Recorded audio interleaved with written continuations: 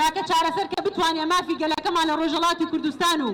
ئازادی بۆ زیندانیانی سیاسی بهێنێ یەکڕیزی و یەکخستنی هێزە کوردیەکانە بە تایبەتی لە ڕۆژهەڵاتی کوردستان. ماوەی 32 ڕۆژە زیندانێکی سیاسی کورد لە ئێران بە ناوی محەممەد سەدیقی کە بۆ دواند وەک وەڵام دانەوەیەک بەرامبەر بە درێژکردنەوەی سزاکەی دەستی داوەتە مانگرتن لە خواردن و دەڵێ تا مردن بەردەوام دەبێت لە مانگرتن ئەگەر بێت و وەڵامی داواکانی نەدرێتەوە چونکە لەگەڵ نزیک بوون بە کوتایی هاتنی حکومەکەی دووسەیەکی تازەیان لە دژی کراوەتەوە چاڵەکان و نوێنەرانی پارتە سیاسیەکانی هەر چوار پارچەی کوردستان و ناوچەکە گردبوونەوە ئەنجام دەدەن بەڵام گردبوونەوەی ئەم جارە خەڵکێکی زۆر بەشداری تێدا کردبوو. ئەو خاڵەمان لە یاد نەچیە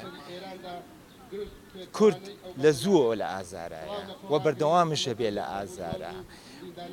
و هەموو کاتێکش پەنا دەین بینە بەر دۆسیەیە یا پەنا بینە بەر لایەنێک یا پەنا بینە بەر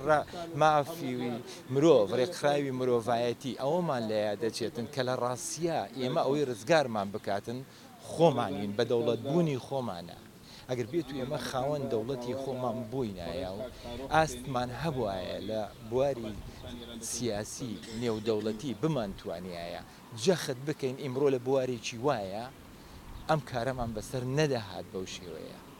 گەل فرۆشان ڕۆژی دێ بدرێن لە دار ڕۆژی دێ داری خەبات بگرێ بەرێ خوێنی جاژ لاشە و سەری خۆیان بەرێ ڕۆژی دێ داری خەبات بگرێ بەرێ خوێنی جاژ لاشە و سەری خۆیان بەرێ ڕۆژی دێ مەیدانەکانی شار و دێ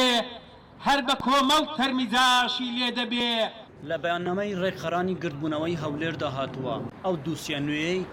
کە بودوان دەکرێتەوە ئەوەیە کە پیرۆزبایی بۆ سەلاحەدین دەمیرتاشی ناردووە و سەرۆکی ڕێکخراوە مەدەنیەکانی هەولێریش دەڵێ هەمومان دەمیرتاشین هەمومان پیرۆزبایی لە دەمیرتاشەکەین دەبێ هەموو گەلی کوردستان هەوڵەکانی یەک بخا هەمومان هەموو ڕێکخراوەکان هەموو ئازادی خوازانی کوردستان هەوڵەکانیان یەک بخەن لە پێناوی پاراستنی بەرژەوەندی باڵای نیشتیمانی و نەتەوەیی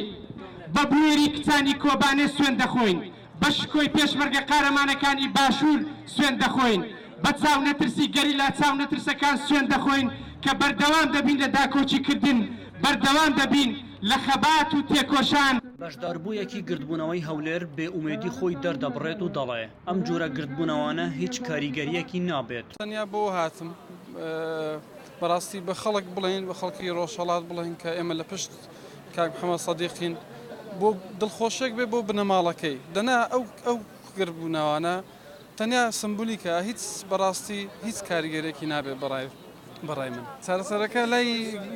دەوڵەت لای سیاست مەدارە گەورەکانی دنیاە ئەو بینیمان کە دوای ڕێککەوتنەکان لەگەڵ ئێران هەموو شتێک گۆڕە یعنی بینیمان کە ئەوروپا پێشنیار دەکاتەوە بە کۆمپانیەکان لەگەڵ ئێران هیم بکەنەوە پەیوەندی بگرنەوە. ئەحمەد جێباری دەنگی ئەمریکا هەولێر.